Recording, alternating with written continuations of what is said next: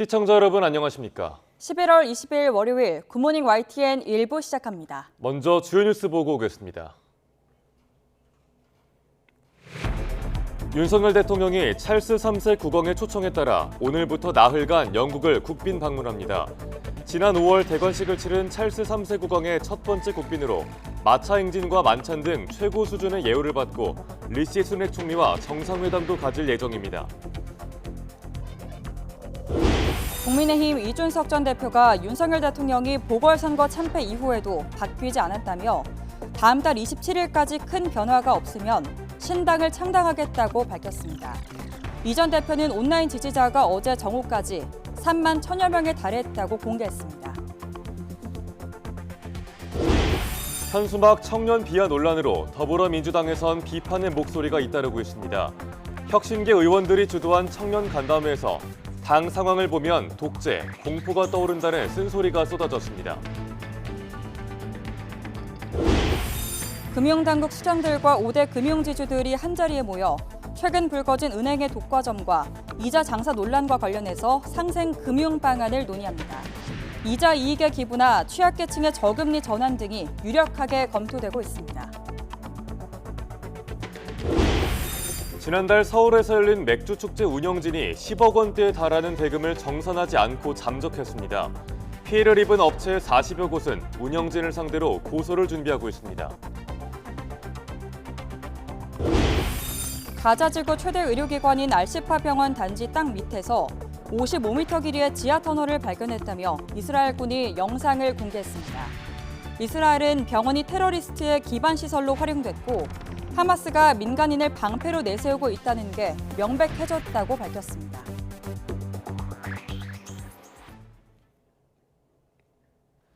첫 소식입니다. 윤석열 대통령이 오늘부터 5박 7일간 영국과 프랑스를 잇따라 방문합니다. 찰스 3세 국왕의 초청으로 영국을 국빈 방문하고 프랑스에서는 2030 부산 엑스포 유치를 위해서 마지막 힘을 보탭니다. 보도에 조은지 기자입니다.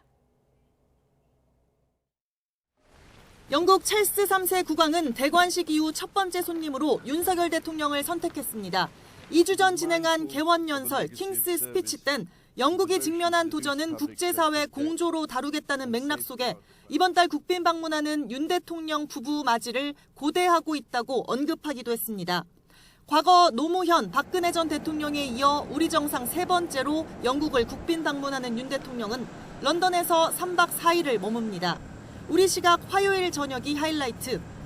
윤 대통령 부부는 윌리엄 왕세자비 부부의 영접을 받으며 공식 환영식장 호스가즈 광장까지 이동합니다.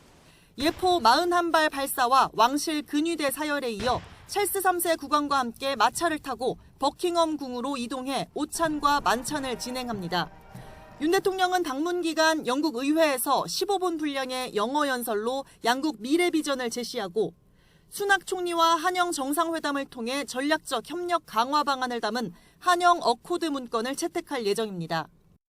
우리 기업의 영국 진출 확대와 첨단 산업 공급망 그리고 영국과의 과학기술 협력을 중심으로 양국 간 경제 협력을 한 단계 더 도약시키는 계기로 만들 것입니다. 윤 대통령은 이어 프랑스 파리로 이동해 부산 엑스포 유치 전에 마지막 힘을 보탭니다. 강력한 경쟁자 사우디의 빈살만 왕세자는 파리 방문 계획이 없는 가운데 윤 대통령은 오찬, 만찬과 리셉션을 통해 직접 한 표를 행사할 각 나라 대표들과 접촉할 계획입니다.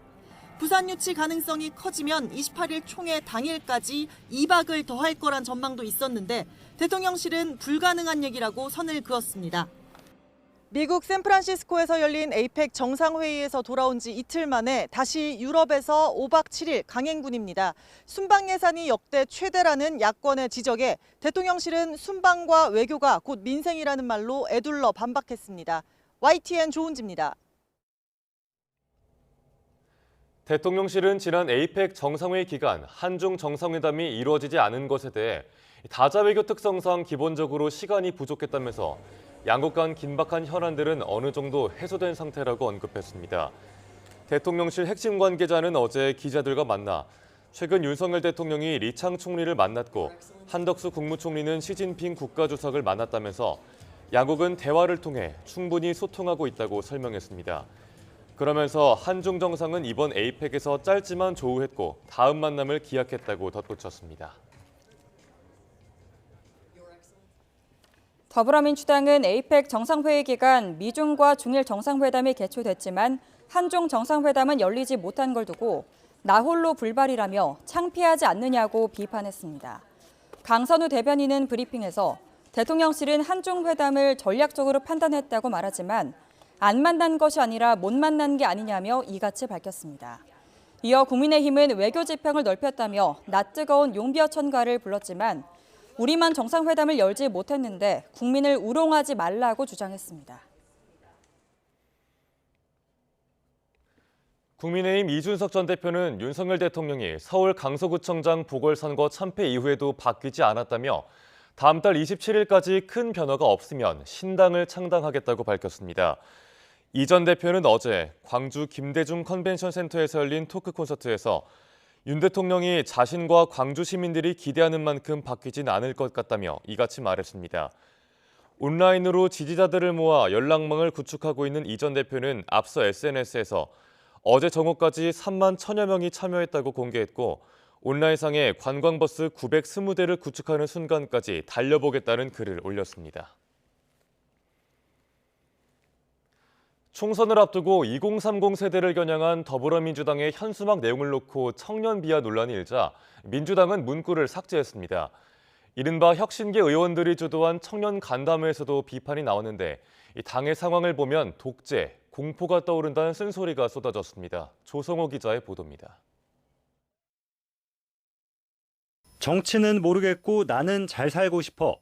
경제는 모르지만 돈은 많고 싶어. 민주당이 2030 세대를 공략해 마련했던 현수막 문구입니다. 청년층을 정치와 경제의 무지한 세대로 비하했다는 논란이 일자 문구를 삭제했고 당과 관련 없는 일이라고 해명했습니다. 관련된 업체에서 관련된 그 현수막을 제작을 했고 총선 기획단과는 전혀 관계가 없는 사안입니다. 자칭 혁신계 의원 4명이 주축인 원칙과 상식의 첫 행사인 청년 간담회에서도 현수막 논란에 집중 포화가 쏟아졌습니다. 토론과 비판을 허용하는 당내 민주주의가 보장되지 않아 이런 일이 생겼다는 겁니다. 독임제 행정관청 비슷하게 운영이 되고 있습니다. 그래서 패권이 너무 세다 보니까 유일체제다 보니까 오류에 빠져 있어요. 참석한 청년 정치인들은 민주당 하면 독재, 공포, 내로남불 등이 떠오른다고 거침없이 비판했습니다. 지도부와 당내 인사들을 향해서도 날선 발언이 잇따랐습니다. 방탄정당이다 이런 이야기를 많이 합니다. 선출직 공직자들이 도덕성이 결여되어 있기 때문에 내로남불 행태를 계속 보이는 거라고 생각을 합니다. 국민의힘도 민주당이 청년들을 이기적인 집단으로 매도해놓고선 사과도 없이 궁색한 변명만 늘어났다고 비판했습니다. 젊은 층이 민주당의 주된 지지 세력이라 여겼으면서도 정작 청년층에 대한 깊은 고민조차 없었음이 여실히 드러난 것입니다. 민주당 비명계가 공개 활동에 나서며 정풍운동 세력화에 본격적으로 시동을 걸었다는 해석이 나오는 가운데 현수막 논란이 불러온 청년층 민심의 동요가 야당 계파 갈등 양상에 어떤 영향을 미칠지 관심이 쏠립니다. YTN 조성호입니다. 현직 검사 탄핵을 추진하는 더불어민주당과 한동훈 법무부 장관 사이의 설전이 연일 이어지고 있습니다.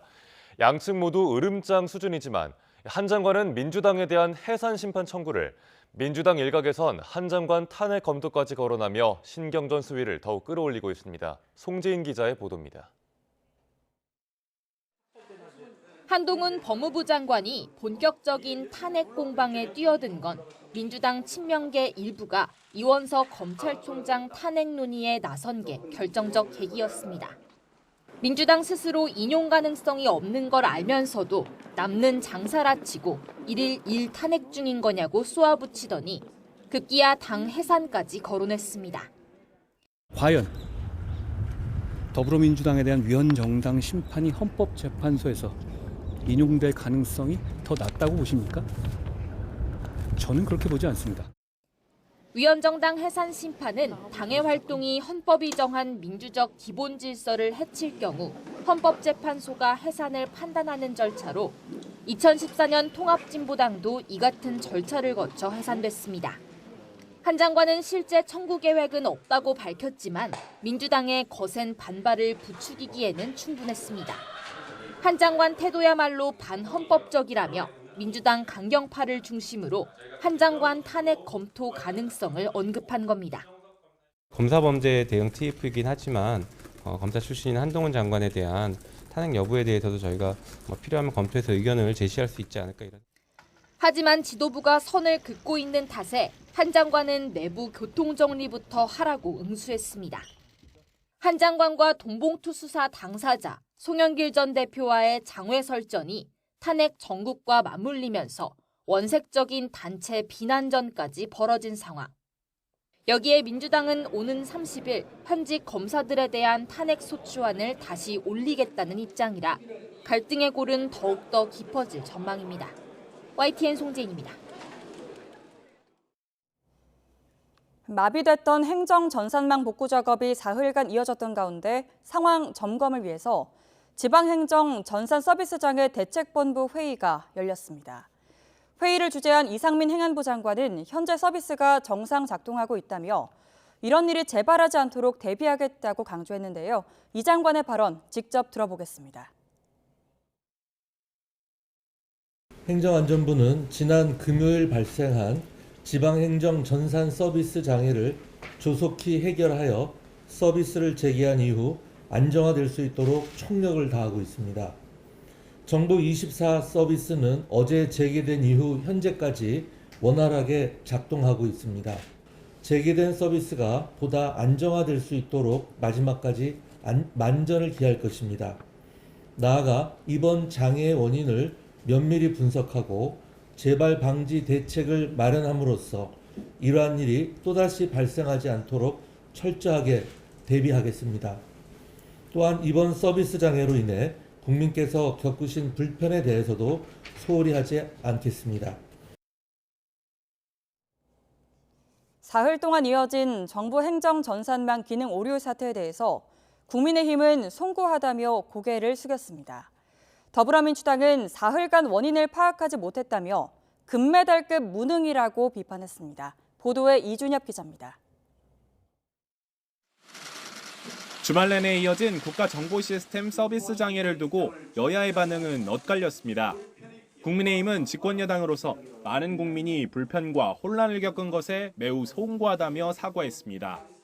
이번 사태를 반면교사로 삼아 장애 대응 체계와 서버 관리 시스템의 허점을 살피고 탄탄한 대응 시스템을 마련하겠다고 약속했습니다. 또 복구 작업과 별개로 네트워크 장비 분석을 통해 정확한 장애 원인을 조사하겠다고 밝혔습니다. 집권 여당으로서 매우 송구한 마음입니다. 시스템의 완전 정상화를 위한 관계 당국의 신속한 조치와 함께 근본적인 대책 마련을 당부합니다. 더불어민주당은 사태가 사흘 동안 이어지며 원인 파악에 어려움을 겪은 것을 놓고 무능이 올림픽 금메달감이라고 지적했습니다. 차세대 사회 보장정보 시스템 지연이 일어나고 지난 3월엔 법원 전산망, 6월에는 4세대 교육행정정보 시스템에 오류가 난 점을 상기했습니다. 그러면서 윤석열 대통령을 향해 세계 최고의 디지털 정부라는 명성에 5점을 남겼다며 직접 국민에 사과하라고 요구했습니다. 윤석열 대통령은 국민께서 입은 피해를 얼마나 어떻게 보상할 겁니까? 설마 또 뻔뻔하게 책임은 일선 공무원들에게 떠넘기고 호통만 칠 생각입니까?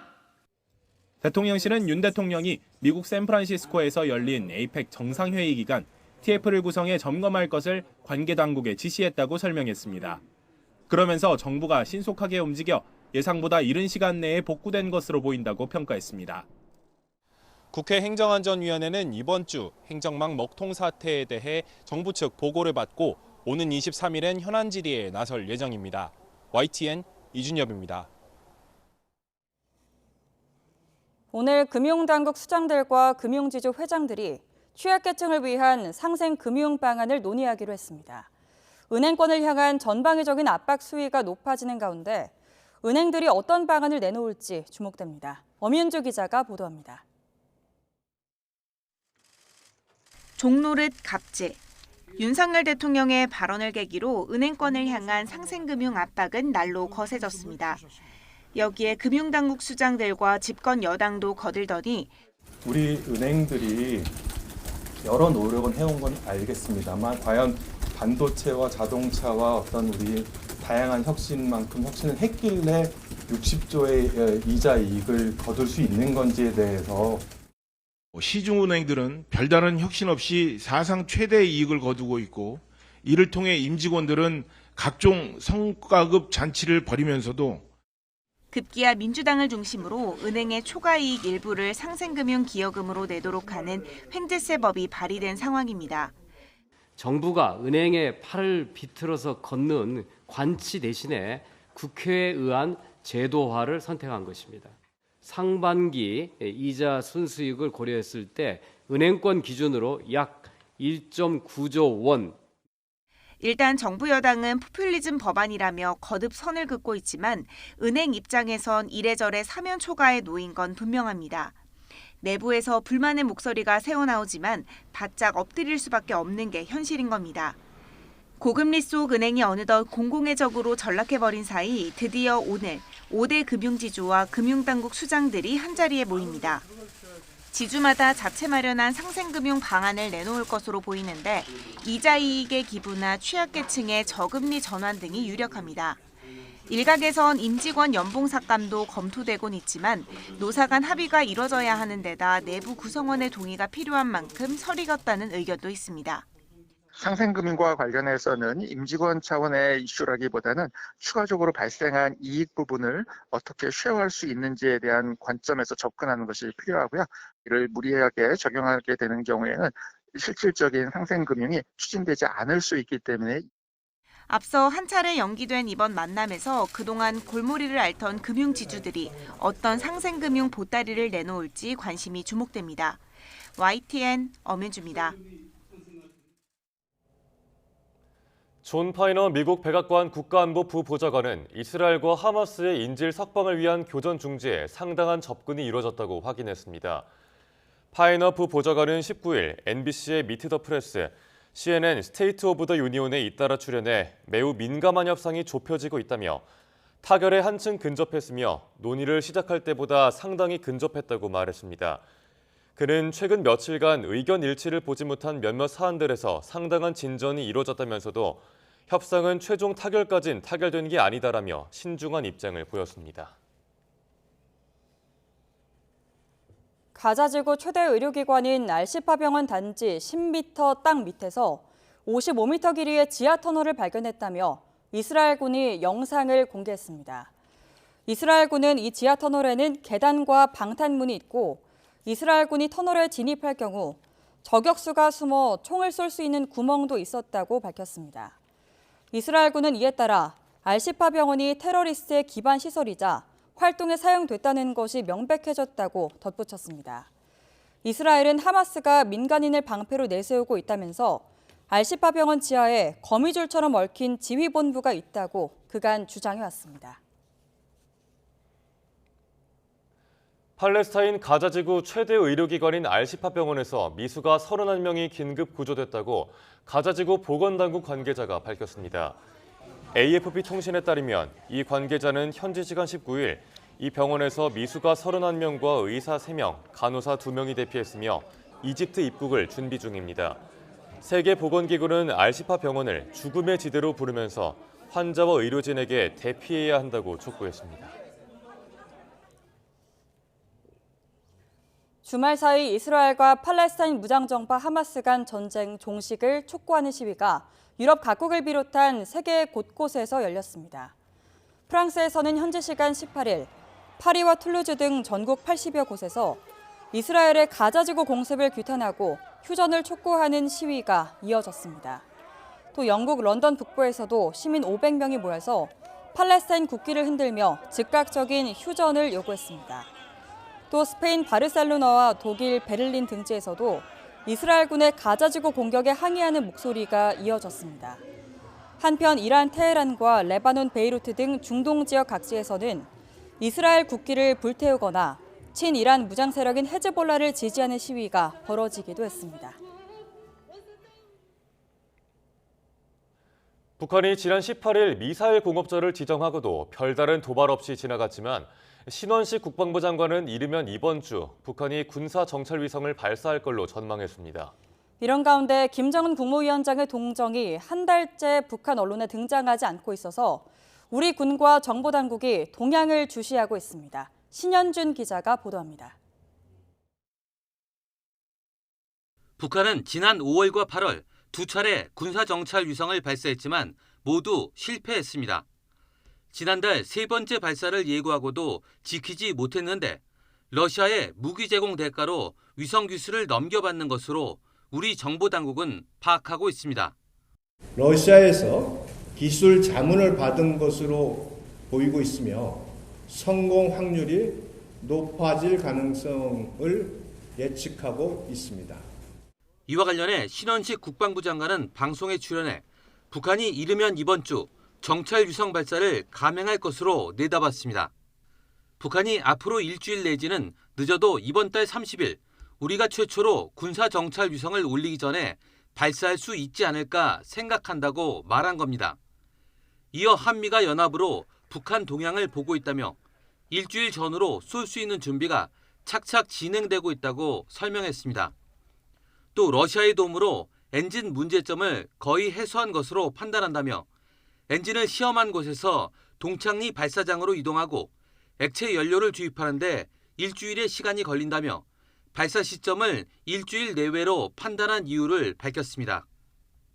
신 장관은 북한의 위성 발사가 유엔 안보리 결의 위반인 만큼 발사할 경우 9.19 합의 효력 정지와 관련해 논의할 필요가 있다고 강조했습니다. 한편 김정은 국무위원장은 대륙간 탄도미사일 화성 17형 발사 성공을 기념해 제정한 미사일 공업절에도 모습을 드러내지 않았습니다. 미중 정상회담을 비롯한 한반도 지역 정세에 대한 동향을 파악하고 정찰 위성의 성공적 발사를 위한 여기에 집중하고 있는 모습이 아니겠냐. 지난달 19일 러시아 외교장관 접견 이후 한 달째 자맹이 이어지고 있는 건데 올해 들어 가장 오랜 기간 동정 보도가 없는 것입니다. YTN 신현주입니다.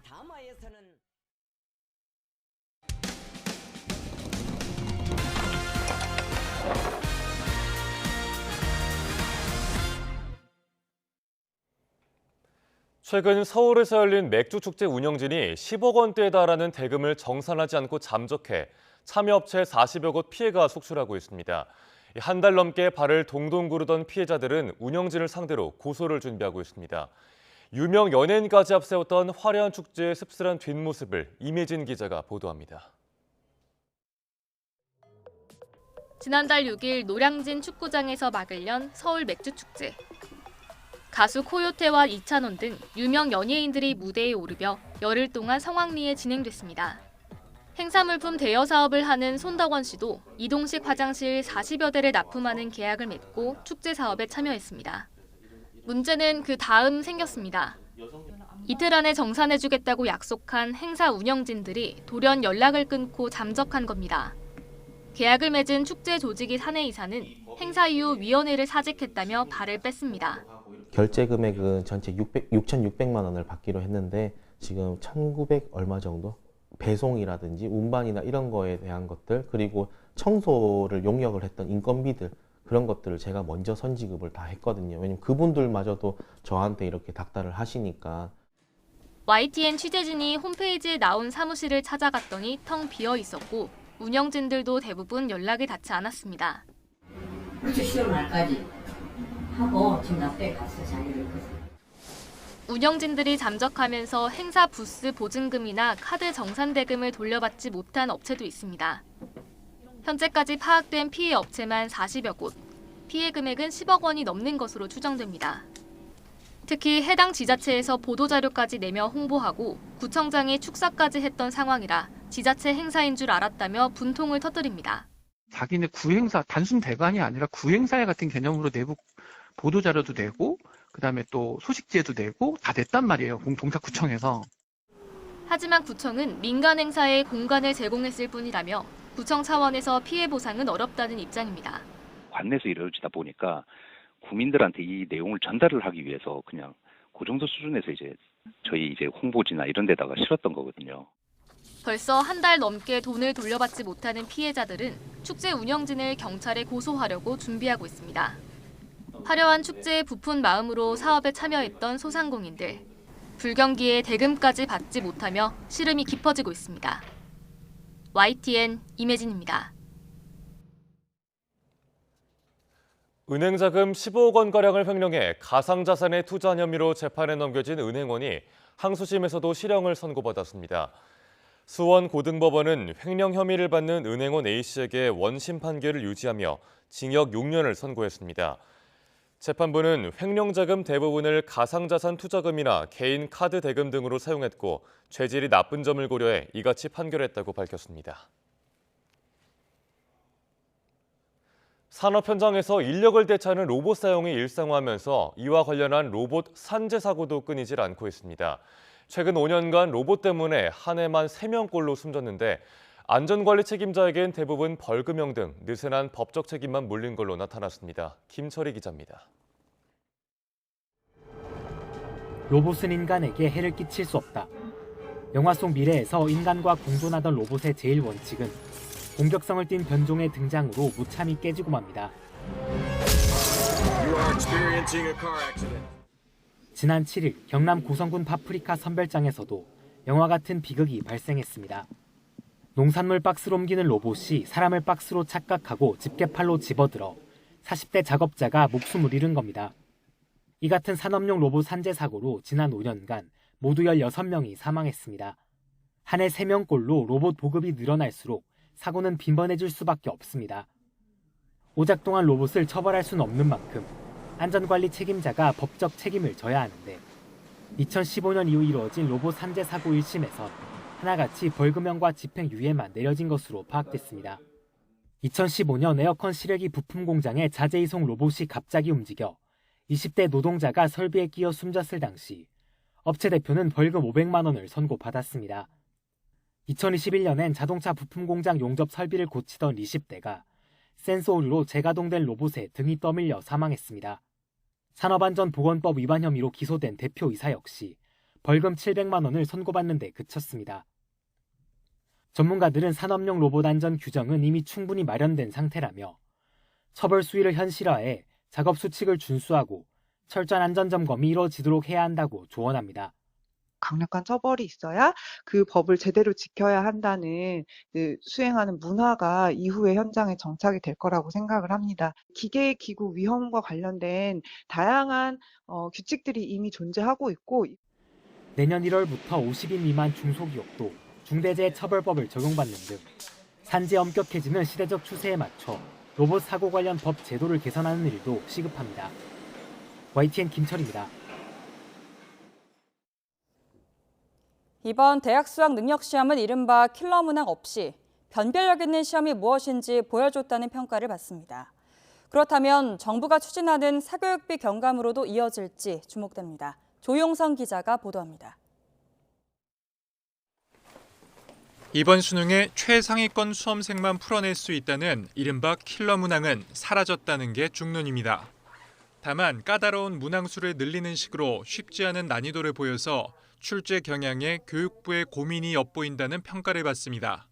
문항이 배제가 된 것이 분명하고 또 적당한 변별력을 확보했기 때문에 평가원은 나름대로 목표를 달성한 것이 아닌가. 현재까지의 느낌은 그렇습니다만은. 교육계에서는 초고난도 문제풀이를 위한 사교육의 영향력은 줄어들 것이라는 기대가 커지고 있습니다. 까다로운 문제도 공교육 과정과 연관성이 높았다는 평가를 받는 동시에 EBS 수능 교재를 보완하면 아예 손대지 못하는 문항은 없어서 얼마든지 혼자서도 준비할 수 있다는 주장이 나옵니다. 직접 연계가 50%이고 또 간접 연계라는 게 있거든요. 그런 것까지 하면은 아마 50% 이상 상회할 걸로 보이기 때문에 EBS 그 어느 해보다 중요하다라고 얘기할 수 있을 것 같습니다. 하지만 사교육 시장은 여전할 것이라는 시각도 있습니다. 킬러 문항이 없어지더라도 지금처럼 공교육이 부실하면 사교육에 기댈 수밖에 없다는 지적입니다. 또 까다로운 문항 수가 늘어나는 변화의 방향을 정확히 짚어 그에 맞는 준비를 해줄 수 있는 곳은 결국 학원가라는 관점도 있습니다. 평상시에 어렵다고 생각하지 않았던 부분들에 있어서 어렵게 전환이 된다라고 하면은 예측이 안 되는 거죠. 학습 전략과 학습 방법을 찾는 데 있어서도 다소 조금 혼란스러울 수도 있는 부분들은 분명히 있는 것은 사실인 것 같습니다.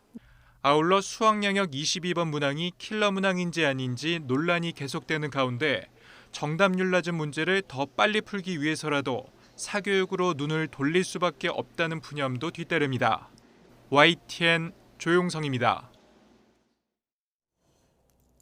세계를 휩쓴 생성형 인공지능 열풍이 내년에는 더 거세게 몰아칠 전망인데요.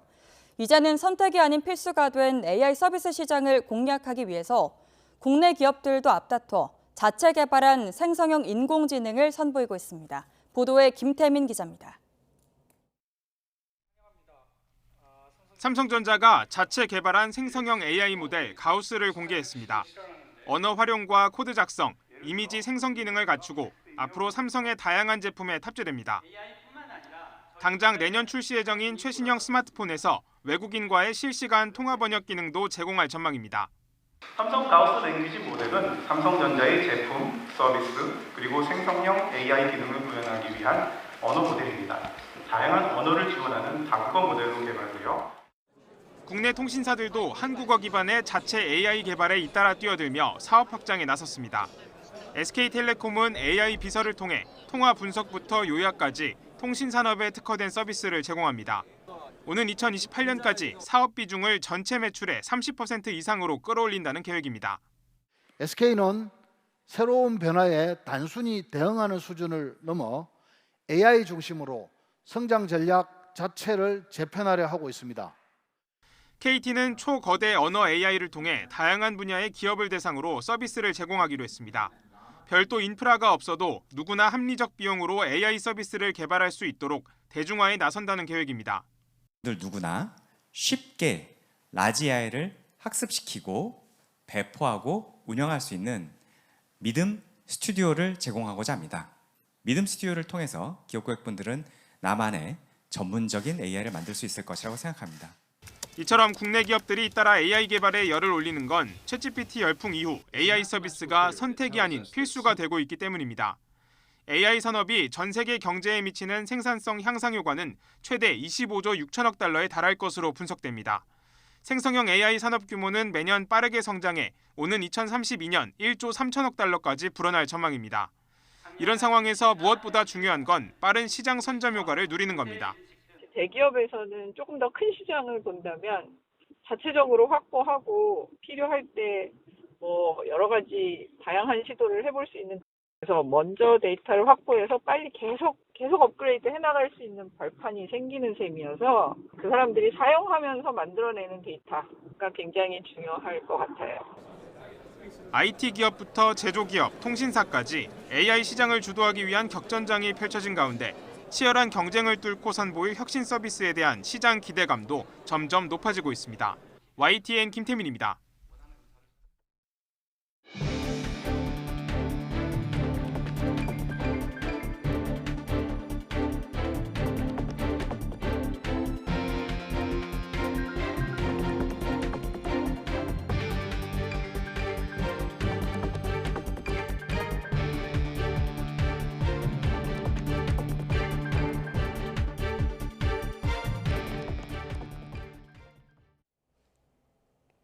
지난주 발생한 정부 행정 전산망 먹통 사태 원인은 네트워크 장비 이상으로 드러났습니다.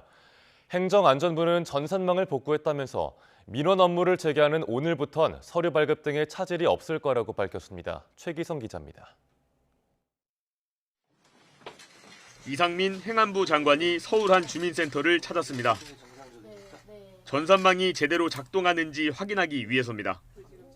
월요일부터 전혀 차질이 없도록 저희가 점검을 하고 계속 모니터링 작업을 하도록 하겠습니다. 행안부는 이번 사태 원인이 인증 시스템 일부인 네트워크 장비 이상 때문이라면서 토요일 새벽 이 장비를 교체했다고 밝혔습니다. 이후 정부 24와 지방행정 정보 시스템 모두 정상 작동하고 있다고 설명했습니다. 장비 자체 문제인지 설치된 소프트웨어 문제인지는 추가 조사가 필요하다는 입장입니다. 행안부는 현재까지는 해킹이 원인으로 보이진 않는다면서도 새로운 방식으로 해킹이 이뤄졌을 가능성은 확인 중이라고 했습니다. 최초 문제는 지난주 목요일 네트워크 장비 프로그램 업데이트 때 발생했습니다. 전문가들은 업데이트하다 문제가 생기면 이전 상태로 되돌리는 이른바 롤백이 제대로 이루어지지 않았다고 지적합니다. 해결하기 어려운 상태이면 롤백을 해가지고 이전 상태로 돌아가야 되거든요. 롤백이 잘 안 됐다 그러면 이것은 뭔가 절차상에서 이제 문제가 있었던 거거든요. 재발 방지를 위해선 주요 장비 유지 보수를 규모가 큰 기업에 맡겨야 한다는 의견도 있습니다. 이직이 작고 실제로 이런 일이 벌어지면 투입하는 인력의 양이나 질에 있어서 그런 대기업에 비해서 떨어질 수밖에 없고 이게 신속하게 대응이 안 되는 거예요. 지난주 쌓인 민원과 새로운 민원을 함께 처리하려면 현장에선 혼잡한 상황이 당분간 이어질 것으로 보입니다. YTN 최기성입니다. 국민의힘은 국가정보 시스템 서비스 장애로 공공기관의 대국민 민원 서비스가 중단된 사태와 관련해 관계 당국의 신속한 조치와 근본적인 대책 마련을 당부했습니다. 윤희석 선임 대변인은 어제 브리핑에서 행정 전산망 마비로 많은 국민이 불편과 혼란을 겪어 집권 여당으로서 매우 송구한 마음이라며 이같이 말했습니다. 이어 이번 사태를 반면교사 삼아 장애 대응 체계와 서버 관리 시스템에 허점이 없었는지 면밀히 살피고 더 탄탄한 대응 시스템을 마련하겠다고 다짐했습니다. 더불어민주당은 국가정보 시스템 서비스 장애로 공공기관 대국민 민원 서비스가 중단된 사태에 대해 무능도 이 정도면 올림픽 금메달감이라며 윤석열 대통령의 사과를 촉구했습니다. 강선우 대변인은 국회 브리핑에서 1년째 차세대 사회보장 정보 시스템은 버벅거리고 지난 3월엔 법원 전산망이 불통이었고 6월엔 4세대 교육행정 정보 시스템에 오류가 났다며 이 정도면 습관성 행정망 먹통으로 윤석열 정부의 고질병이 아니냐고 질타했습니다. 11월 20일 월요일 미리 보는 오늘입니다. 윤석열 대통령이 찰스 3세 국왕의 초청에 따라 오늘부터 나흘간 영국을 국빈 방문합니다. 윤 대통령은 지난 5월 대관식을 치른 찰스 3세 국왕의 첫 번째 국빈으로 우리 시각으로 내일부터 41발의 예포와 왕실 근위대의 사열, 마차 행진과 국빈 오찬 만찬 등 최고 수준의 예우를 받을 것으로 보입니다. 윤 대통령은 또 영국 의회에서 양국 관계와 성장, 미래 비전을 주제로 영어 연설을 진행하고 리시 수낙 총리와 정상회담을 통해 전략적 협력 강화 방안을 담은 한영 어코드 문건을 채택할 계획입니다. 지난주에 내년 예산안 감액 심사를 벌였던 국회 예산안 조정소위원회는 오늘부터 오는 24일까지 이제 증액 심사에 들어갑니다. 국민의힘은 앞서 민생 예산의 필요성을 강조하면서 대학생 1,000원의 아침밥 확대 등 5대 분야 40대 중요 사업을 증액하겠다고 밝혔습니다. 더불어민주당은 연구개발과 새만금 사업, 또 지역화폐 관련 예산 등의 복원과 증액을 요구할 계획입니다. 윤석열 대통령의 종노릇 발언을 계기로 은행권을 향한 상생금융 압박이 거세지는 가운데 김조현 금융위원장과 이복현 금융감독원장이 오늘 오후 3시 은행연합회에서 5대 금융지주 회장들과 만남을 가집니다.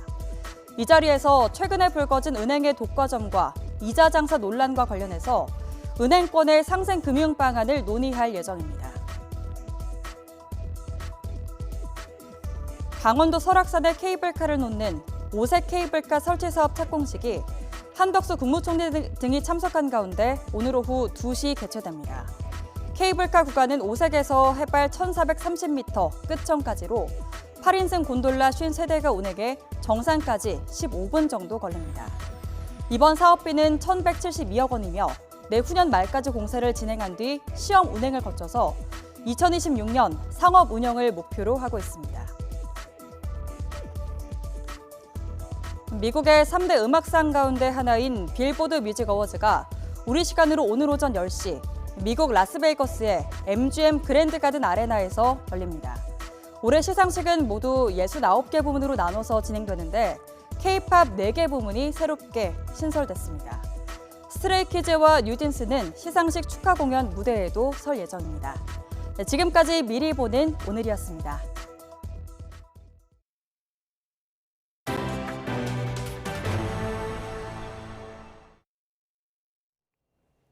럼피스킨 중앙사고수습본부는 국내서 럼피스킨 확진 사례가 지금까지 105건으로 늘었다고 밝혔습니다.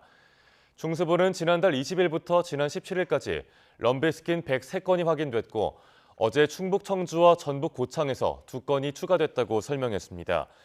이와 별개로 어제 오후 2시 기준 의심 신고 사례 1건에 대해서는 검사를 진행하고 있다고 덧붙였습니다. 현재 중수본은 지난 13일부터 전국 모든 소의 백신 접종을 완료해 럼피스킨 양성인 소만 매몰 처분하는 걸로 정책을 변경했습니다. 다만 전북 고창의 경우 아직 전파 위험이 크다고 보고 예외적으로 발생 농장 전체 사육 개체를 매몰 처분하기로 했습니다. GDP 대비 가계부채 비율 1위의 불명예를 안고 있는 우리나라. 기업 대출 역시 우려스러운 단계입니다. 한국 GDP 대비 기업 부채 비율이 주요 30여 개국 가운데 3위를 기록했는데 증가 속도는 2번째로 빨랐습니다. 보도에 이승은 기자입니다. 국제금융협회가 지난 3분기 기준 세계 부채 보고서를 펴냈습니다. 주요 34개국 GDP 대비 비금융기업 부채 비율을 보면 우리나라는 126.1%로 세 번째로 높았습니다. 한국을 웃도는 곳은 홍콩과 중국뿐이었습니다. 한국 GDP 대비 기업 부채 비율은 2분기보다 5.2%포인트 뛰었는데 말레이시아에 이어 2번째로 높은 증가폭입니다. 우리나라 기업 부도 증가율도 40%를 기록해 주요 17개국 가운데 네덜란드에 이어 2위를 기록했습니다. 국제금융협회는 유럽 등 많은 나라에서 은행이 민간 부문 대출을 줄이면서 신용 등급이 낮은 회사들에서 취약성 증가의 징후가 뚜렷해지고 있다고 진단했습니다. GDP 대비 가계부채 비율은 100.2%로 2020년 이후 4년간 1위를 기록하고 있습니다. 다만 2분기보다는 1.5%포인트, 1년 전 같은 기간에 비해서는 4.6%포인트 떨어졌습니다. 금융 불안과 경기 침체에 대한 우려, 여기다 부동산 PF가 아직은 잠재적인 부실로 남아있는 상황이거든요. 자, 이런 것 때문에 상당 기간 한국은행은 기준금리를 좀 올리기도 또 내릴 수도 없는 상황입니다. 경제 규모를 크게 웃도는 민간 부분의 빚은 4분기에도 계속 불어나고 있습니다. 지난 16일 기준 5대 은행 가계대출 잔액은 보름 정도 만에 3조 5천억 원이 불었고 기업 대출 잔액은 2조 600억 원이 늘었습니다. 지난번에 부동산 시장 불안으로 좀 완화했던 규제 정책을 다시 타이트하게 해서 그것을 먼저 하고 그래도 이 가계부채가 늘어나는 속도가 잡히지 않으면 그때는 심각하게 금리 상승을 고려해야 될 때라고 생각합니다. 성장 잠재력을 누르는 걸 넘어서 우리 경제 뇌관으로 작용할 수 있는 빚 증가세가 좀처럼 잡히지 않고 있습니다. YTN 이승은입니다. 해양수산부는 김장철을 맞아 오늘부터 연말까지 대한민국 수산대전 온누리 상품권 환급 행사를 확대 개최한다고 밝혔습니다. 온누리 상품권 환급은 시장에 서산 국산 수산물 금액 일부를 온누리 상품권으로 환급해주는 행사입니다. 소비자들은 90개 시장에서 국산 수산물을 구매한 뒤 행사 부스에서 구매 금액에 따라 만 원이나 2만 원 상당의 온누리 상품권을 환급받을 수 있습니다. 네, 요즘 반려견 키우는 가정이 참 많죠.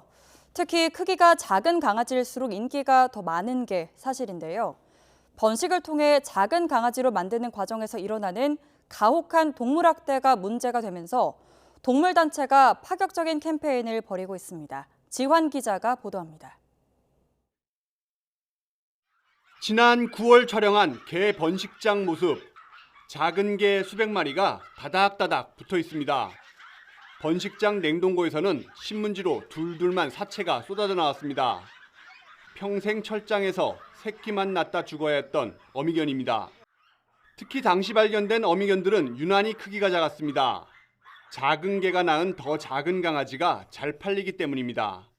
소위 말하는 이제 펫샵에서 이제 작고 많이 안 크고 이런 아이들을 선호하다 보니까 모견들이 너무 크기가 작고 그런 작은 아이들이 임신을 하다 보니까 이제 생식기에서도 농이 차서 염증이 흐르는 아이들도 있거든요.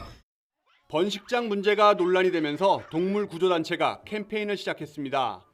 이른바 사지 않을 개 캠페인. 동물 학대 번식장이 사라지기 위해서는 국민 인식 개선이 필요하다는 게 캠페인 취지입니다. 엄마, 강아지는 어떻게 만들어? 강아지들을 철창에 가둬놓고 발정제 주사기를 잔뜩 맞춰서 강제로 여러 차례 교배를 시키고 임신한 지 60일 정도 지나면 엄마 강아지의 배를 갈라서 아기 강아지를 꺼낸단다. 엄마 강아지의 배는 다시 꼬매주면 돼. 이미 여러 번 그렇게 했거든. 태어난 새끼들은 죽지 않을 만큼 굶기면 아주 조그맣게 만들 수 있어. 정말 예쁘지? 강아지가 너무 크면 잘 팔리지 않거든. 그래서 새끼들 중에 제일 작은 강아지는 다시 철장에 가둬서 임신을 시키고 나머지는 가게에 내다 파는 거란다. 저희가 뼈저리게 깨달은 게 구조를 계속 하더라도 수요가 있으면 공급이 없어질 수가 없구나. 입양을 하는 것 이상으로 우리가 사지 않아야 된다. 펫샵 소비를 하지 않아야 된다. 이런 메시지를 처음으로 조금 강력하게 전해보려고 캠페인을 준비를 하게 되었고요. 입양 권장을 넘어 동물단체가 아예 반려견을 사지 말자는 파격적 캠페인을 벌이는 상황. 해당 단체는 조만간 대중이 직접 번식장 구조견을 만나볼 수 있는 자리도 마련할 계획입니다. YTN 지환입니다. 어제 휴일에 다소 쌀쌀한 날씨가 이어졌지만 시민들은 가벼운 옷차림으로 마라톤을 하러 밖으로 나왔습니다. 함께 뛰다 보니 추울 새도 없이 오히려 상쾌함을 느꼈다고 하는데요. 윤성훈 기자가 현장에 다녀왔습니다. 민소매와 반바지 등 가벼운 옷차림을 한 사람들이 몸을 푸느라 분주합니다. 잠시 뒤 출발 신호가 떨어지자 마라톤 질주가 시작됩니다.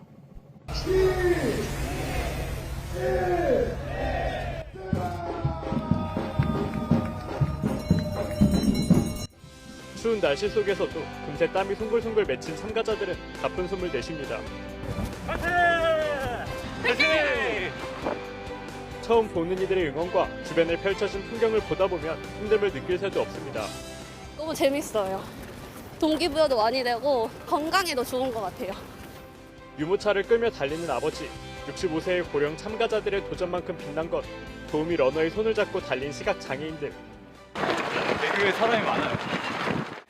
이렇게 사람 많은 곳에서 뛰어보는 게 처음인 것 같아서요.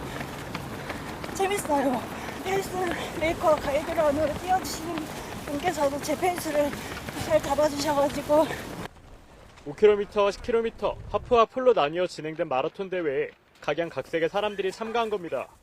우리나라 최초 올림픽 금메달리스트 송규정 선수를 기념하기 위해 열린 이번 마라톤 대회에는 시민 12,000여 명이 참가했습니다. 완주를 마친 사람들은 기록을 인증하며 뿌듯함을 만끽했습니다. 오랜만에 나와서 뛰니까 기분 되게 좋고 상쾌하고 생각보다는 별로 안 힘들었던 것 같습니다. 이번에 또 50분 이내 목표해가지고 점점 성취하는 거 느껴가면서 계속 더 좋은 목표 향해서 휴일을 맞아 나들이 겸 등산에 나선 사람들도 많았습니다. 춥다고 움츠러들었다면 남기지 못했을 소중한 추억도 생겼습니다.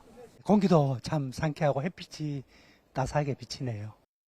가족들과 오랜만에 나들이를 나서 기분이 매우 좋습니다. 어느덧 가을 자리를 비집고 들어온 겨울. 쌀쌀한 날씨도 가족, 연인, 친구와 함께 나선 사람들의 발걸음을 돌리지 못했습니다. YTN 윤성훈입니다. 전 세계 게이머들의 관심을 끌어모은 세계 최대 e스포츠 대회 리그 오브 레전드 월드 챔피언십에서 우리나라 리그의 T1이 7년 만에 정상에 올랐습니다. T1의 주장인 페이커 이상혁은 통산 4번째 우승컵을 들어 올렸습니다. 보도에 이경재 기자입니다. T1이 3세트에서도 압도적인 경기력으로 중국의 웨이보를 몰아붙입니다. 23분 만에 올킬을 내고 25분이 이어진 한타까지 대승을 거두며 팬들의 함성과 함께 게임을 마무리합니다. 선수들이 어깨동무로 하나가 돼서 7년을 기다린 우승의 감격을 만끽합니다. 주장인 페이커 이상혁이 우승컵을 들어올리자 경기장의 열기는 최고조에 이릅니다. 통산 4번째 우승으로 롤드컵의 역사를 새로 썼습니다. 기분 좋고요. 네, 저는 무엇보다도 이렇게 많은 분들이 있는 앞에서 경기를 할 수 있었다는 것 자체가 너무 감사하고 너무 고생 많았고 이제 네, 너무 고맙다. 네. 팽팽하리라는 예상을 깨고 1세트부터 T1이 주도권을 잡았습니다. 제우스 최우재의 활약을 앞세워 30분 만에 승리를 따냈습니다. 최우재는 2세트에서도 게임을 지배했습니다. 상대의 공격을 역으로 받았죠. 마지막 타워 아래서 팀원들과 함께 상대 5명을 모두 잡아냈습니다. 3세트에서는 페이커 이상혁이 트리플 킬로 힘을 보태며 3대0 완승을 합작했습니다. 감독들의 무덤으로 불렸던 T1 사령탑 자리를 올해 7월부터 대행 꼬리표를 달고 맡은 임지현 감독은 2021년 T1 감독을 역임한 상대 양대인 감독과의 자존심 대결에서도 승리했습니다. 오늘을 위해서 조금 또 상대가 양대인 감독님이시기도 하니까 조금 더 저희가 이전에 준비했던 밴빅들보다 조금 더 꼼꼼하게 선수들이랑 다 같이 코치들이랑 준비했던 것 같습니다. 전 세계 게임 팬들의 뜨거운 관심을 모은 이번 결승전은 고척돔과 거리 응원이 펼쳐진 광화문 광장뿐 아니라 유튜브 생중계로 140만 명 이상이 동시에 시청했습니다. YTN 이경재입니다.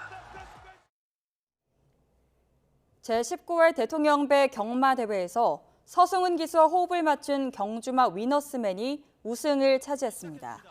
15번 게이트를 출발한 위너스맨은 2000m 레이스 막판 직선 주로에서 선두를 달리던 스피드영과 글로벌히트를 제치고 가장 먼저 결승선을 통과했습니다.